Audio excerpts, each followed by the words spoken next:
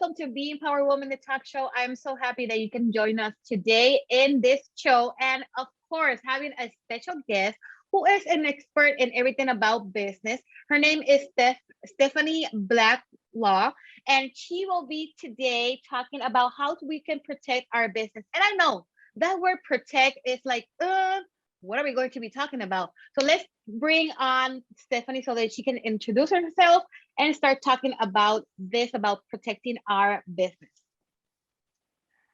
Hi, I'm Stefanie. I'm the founder and CEO of Protect Her Business. I'm a business consultant and negotiation expert.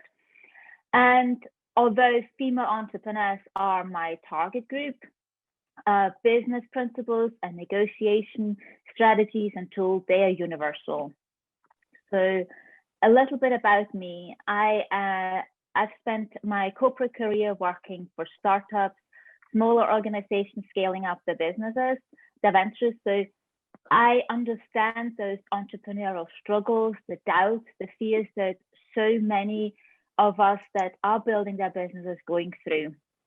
I remember when I went into my first big negotiation, it was that contract meant make or break for the company I worked for. And I was really nervous. Or I remember when I was handed the task to write a prospectus for a publicly listed company. So I understand the emotional roller coaster that so many entrepreneurs go through. I've experienced it firsthand. And that experience, I draw from it to help my customers fast track their business success and avoid those costly pitfalls that so many fall into. And I want my clients to be confident and empowered about the businesses. That's my biggest goal. Originally, I'm from Austria. I come from a family of entrepreneurs. So I have seen my parents grow their business to its full potential. I've seen the wins, we celebrate them together. But I've also seen that the entrepreneurial journey, it doesn't come out without the sacrifices and the struggles. But I've learned that quite early on. Today, I help female entrepreneurs who want to make sure that the businesses that they're building and growing, that it's protected. But I also work with female entrepreneurs who are unsure about the task. They are maybe feeling worried, maybe overwhelmed, they're frustrated. And I help them building a solid foundation so that they can build and grow that company confidently, because I think that's so really important. But I also help entrepreneurs prepare for those crucial negotiations that can be a stepping stone for their businesses to grow. So that's what I do on a daily basis. That sounds very interesting and motivating. You said something very important, and it's that when we start a business, I think that all people that start a business are nervous, are scared. And many people that are starting now their business, they see us that we have our business and that we are growing and we are in social media and other platforms. But remember that we are also humans that were in some point a starter who started that business with doubt, with maybe scare of what could have happened. And of course, we had to put that one side and continue working on our dreams. So, Stefanie, what was your motivation? Why did you understand that this is what you wanted to do, helping women to start their business with their negotiations and everything? So business consultancy and negotiation, that's kind of like often perceived as the domain of aggressive guys in power suits. And I asked myself, isn't there a different way, maybe even a better way of doing it? Because for so many women, emotions and feelings, they're tightly linked to their businesses. Their companies are their babies. You cannot, how can you be authentic and genuine in business if you have to put parts of yourself like excluded from your business? Mm-hmm. It just didn't make sense to me. So I thought, you know what, there has to be a better way. That's why I started my own company, so that I can empower and help women and support them on their journey, hold that space for them so that I can be there and I can support them, I can help them and give them tools and in the most efficient way so that they can build and grow their companies empowered but also including those feelings if they wish to do that, so that they don't have to put some of themselves to the side. Okay. So my motivation was my daughter. She wanted to start helping animals. So she wanted a she wanted a website. She wanted to be in social media. And I said, if I'm going to expose my daughter into a website, a blog, and everything, I need to know what I'm doing. So that's where my nonprofit was created. Is called Family Secret Helper, because it's about that. It's about helping. My passion is help. I love to help my community. I get involved in many things, and I like to help every person. But there's something special about women when we empower women, those women that maybe have been through relationship that are toxic or been in relationship that are abused, and they are stuck in the same thing. That moment where we can sit down and help and empower those women and actually making them turn their ideas or their passion into a business. For me, that's like my biggest I don't know. I just am happy that I can get out of bed every day doing exactly what I love and what I feel passionate about. That is helping. So congratulations to you too, because that's what you do. You help Thank women. you. You help people to empower themselves and empower their business and try to link. But what are the service that you give? How actually do you help? What are that special maybe project that you have right now? So usually the journey with me starts through what I call her business expansion assessment. It is a holistic assessment based on solid business principles that I adapted to fit for startups, smaller organizations, and those companies that are intending to grow. And this assessment gives my clients an understanding of whether their company performs as it should. But when you are working and you're developing your idea, you are often so focused in the little things, so you don't see the opportunities.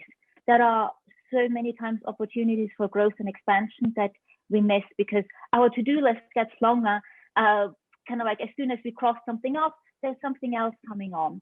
So I don't want them to miss those opportunities. Mm-hmm. And when you come in as a third party and you have this objective overview, it's so much easier to identify than when you're stuck in it and you're growing it and you're doing it every day.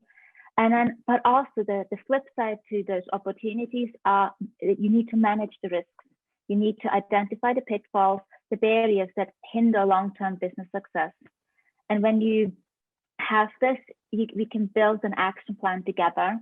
And with this action plan, we then can take targeted action. And with that, being able to move forward in a structured and strategic manner. That's one part of my business. And the other part is I help women prepare for those critical negotiations. Because I've noticed that because we tend to shy away from things we are unsure about, and we kind of like try to put them to the side as long as we can. Then what happens is when you come to those negotiations, you're not prepared, you're not in command, you're not confident, and you might leave money on the table. You can be taken advantage of, which we don't want. Or what's even worse is you might miss out on an even better deal because you were so focused on, for example, trying to sell those 10 tools, and you actually missed out that your counterparty wanted to buy 100 because you haven't prepared and you were not confident, and you just missed out those little things. So these are the two big things I do with my clients at the moment. Okay. So, for example, I'm a new business owner. That's an example. I've been in the business since 2012. But I'm new in the business.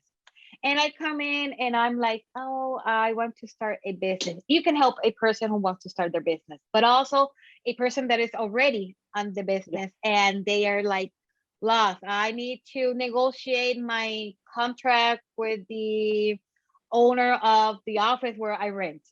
That also is what you do. Yes, for Okay. example, uh, or even if so, think of it as a startup. You want to get investors on board, or for example, you are building a tool. You're a tech startup. You're building a tool, so you need a supplier to supply you certain parts, and you're on a certain timeline, and obviously money is usually constrained. Things like this, or like longer term service contracts, all these things. Okay. That's what I do.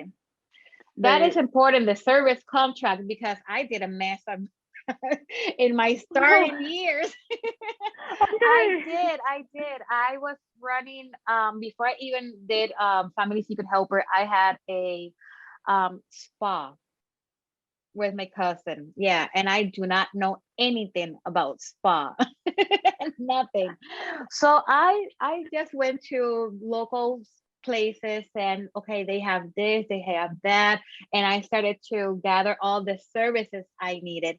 And I rented a place where they have towels and sheets and stuff for the beds. It was a mess. I didn't even read correctly. I think the contract. I was so involved in all the things I had to do. So when they came in, I just signed in. Okay, thank you. And they were charging me weekly to go and pick up those towels and then take it over. I mean, the best thing I could have done was buy a wash and a dryer, and that's it. I'll do it myself.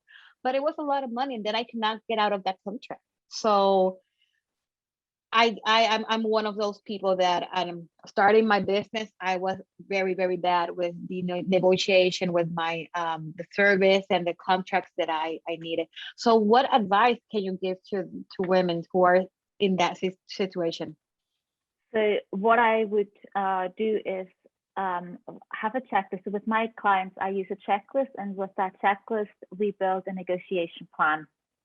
So I start out asking, so what do you actually want out of this negotiation? And how does it fit in with your company's short-term and longer-term goals? So quite a broad question, but it leads to the subtopic of, do you actually have your fundamentals in place? So for example, do you have your business plan in place? If you have it, can you actually communicate it? Because if you don't understand how you're going to get revenue in and you cannot communicate it, how can you then, when you get a proposal from your the counterparty, how can you understand that it will fit in with your company and the overarching goal you have for the negotiation and the longer term goals for your business? So that's, if you don't have those fundamentals in place, go and work on those before you get going on the rest of the preparation. That's what I would start off. And sometimes you just think of it and then move on, and sometimes you really have to work on the fundamentals. Then you need to think of, so why are you at the negotiating table? What do you actually want? What do you want to get out of it? And what negotiation leverage do you have? Because we all have something. Sometimes it's bigger and sometimes it's smaller, but we do have it, and you need to be aware of it so that you can use it when you're sitting there negotiating. And then, so that's the positive. And then on the flip side is there are always weaknesses, vulnerabilities, challenges. For startups, it's often cash flow. So you need to be aware of that, so that when you get a proposal on, for example, payment terms, that it is not impacting your cash flow even more, and your business is then therefore drowning. So you need to keep and be aware of that, so that you can evaluate proposals and make your proposals based on the positives and the negatives. So you need to let that flow in. Then I would say, think of your BATNA. That sounds, the BATNA means best alternative to a negotiated agreement. And it sounds really technical, and I know that, but what it actually means is, if you cannot reach an agreement in that negotiation process, which it actually, sometimes you just have to walk away. Yes. But what it does is it draws the lines for you. And what will you do if you cannot reach agreement? And if that agreement that is for you to sign laying in front of you, and it doesn't align with your business goals, it doesn't align with your values, so that if that doesn't happen, what are you going to do? Where are you going to go? Are you going to go and buy a washing machine and a dryer? or are you going to go and it stays with status quo, which it can be, or you have to go and buy towels, I don't know, at Walmart. So think of your alternatives, because that allows you not to be pressured into something. Then it's something called a reservation point. And I like to explain it as, like, think of it as this line in the sand that you draw, and everything above it, those are proposals you can agree to. Sometimes some of them are going to be brilliant, fantastic, really good for your business, and sometimes aren't going to be quite as good, but you can still agree to them because they're going to be beneficial for you. And then you have this line, and everything below, that's something you cannot agree to. For example, because it runs against some values that you have. Maybe it's going to deter customers. So understand where this line is, understand where this reservation value is. And I've noticed that lots of entrepreneurs starting up, yes, they do some preparation and some analysis, but they basically stop somewhere around here. And it's kind of like a math. I like to say it's like a negotiation. The preparation is like an equation. So it's you and your business, but also the party you're going to negotiate with. You cannot forget them. So you need to go through the same process with you and your company for them, so that you understand what do you think their strengths and weaknesses are. Why are they wanting to negotiate with you? But also what's their negotiation leverage, the partner, the reservation point, all these things. So that, and I get that sometimes it's easier to find those answers, sometimes it's a little more guesswork, but have it thought through, and maybe use your network. Maybe a friend of yours or a co-worker or someone in your network, LinkedIn, for example, has negotiated with that party, so you get a better understanding and a better feeling. And also, I mean, you're not going to come to the negotiating table never having spoken, never ever having communicated with that party. There must have been a phone call, an email, something. So read that, analyze it, read between the lines. You can get a lot of information out of it when you are on a, for example, a Zoom call or a phone call. I mean, analyze the wording, listen. Because lots of people they just talk, but they don't listen, and you get so much back when you listen. You can hear, are they more of an aggressive one? Are they pushing you more? So if they are push you already before you get to the negotiating table, it's more likely that they're going to be pushy there as well. Or are they much more accommodating? Are they going to try to build a relationship with you? So my advice is listen, analyze, and that allows you to build this second part of your negotiation. You can fill out the second part of this equation. And then what I try to look at as well is, like, obviously, otherwise we wouldn't have a negotiation, is there are certain areas we're going to agree on and certain areas we won't.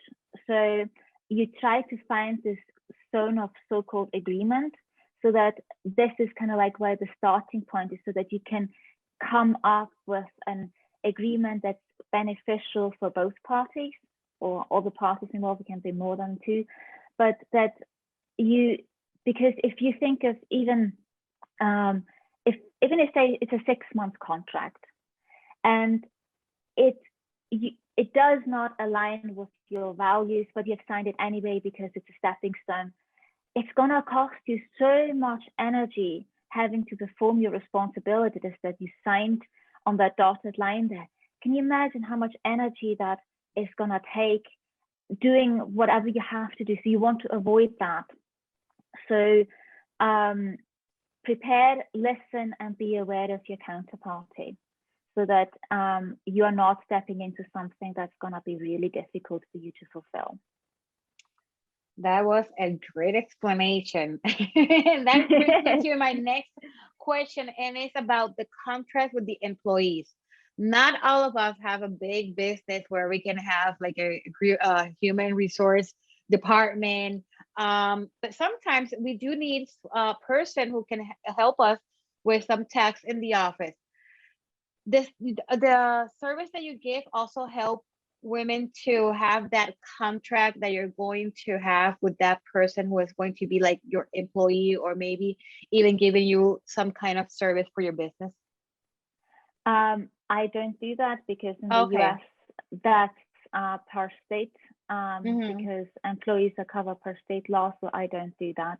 Okay. But I have, in my network, I have people that I can help you and make that contact, but it's not something I do, because Okay. that's Okay. very specific. Yes, I know. Because Yeah. I did have a client that she did her own contract, and that contract was a lot of problem because there were a lot of things that were legal things that she didn't have there. It was too open, and that was a problem. That's why I wanted to ask. Employment law is specific, so you want Yes, to use the you want to correct go words. you want to go to an attorney in the jurisdiction you're Mhm. working in, so that is covering you and you're not getting into trouble. So we're not supposed to say, okay, I'm going to start my business and I'm going to write the contract for my employees, because that needs to be like something that we do legally correct. Yes, and even is like all like the negotiation preparation, you want your when you are either, depending on the situation, either you have an attorney in the room. It depends on, obviously, if it's like a divestitures, you want to have an attorney with you. For example, that's how I have done it in the past. But sometimes the parties meet, negotiate, and then they send the proposal to the respective attorneys, and they have a look through, and then based on that feedback, you go and meet again, and you go further. But you need to have it checked. That's very, very important, wherever you are in the world. Yes, it is. Yes. And don't do things without a contract. That will save you a lot of headaches, but the correct one, the correct way. Handshakes are not good. No, No. you need to understand everything is negotiable. Nothing is final. A handshake isn't gonna cut it. You need it in writing, and you need to sign on the dotted line. Yes. Okay. So Stefanie, last advice that you can give to our audience. Be in the right frame of mind, because that's just as much part of the negotiation preparation. And so many of us forget being in the right frame of mind, because if you're scared, if you're nervous, if you're anxious, research has shown that you're gonna more likely make a lowball initial offer, or your expectation for the negotiation process is gonna be so much less. You're not expecting as much out of it. So you are more likely to leave money on the table, miss out on a greater deal, and a better deal. You don't want to do that. Yeah. So be in the right frame of mind, ooze confidence, dress appropriately for the situation. If everyone else in the room is gonna come in jeans and a t-shirt, and you show up in a dress and high heels, that might make you not feel very confident. It will show, and you're not gonna be in command. You want to make eye contact. You want to have thought through. I mean, it happens so often. I mean, technical glitches, for example, when so often we don't even meet in person anymore. So there are things that will throw us off balance.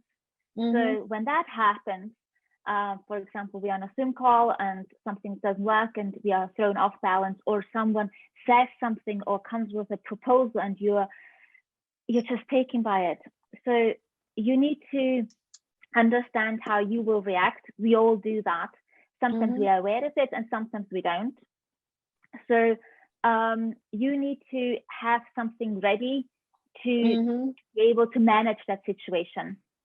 And what I would do is ask for, if you are in person, ask for a coffee break, or ask for just a break, or maybe you need to go to the bathroom, and or on Zoom, we reconvene in 10 minutes, things like that. So because for me, for example, it helps very much being able to get out of the room that I'm in.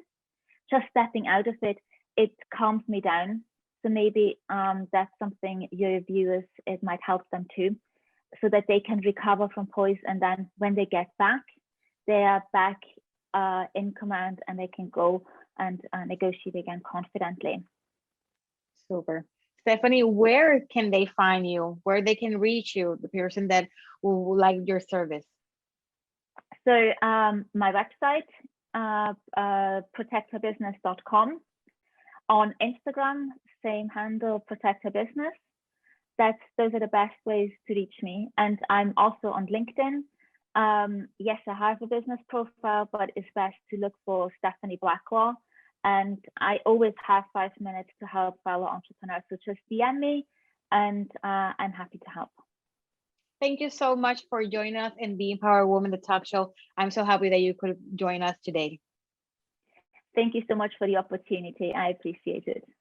So see you then. Bye-bye. Bye.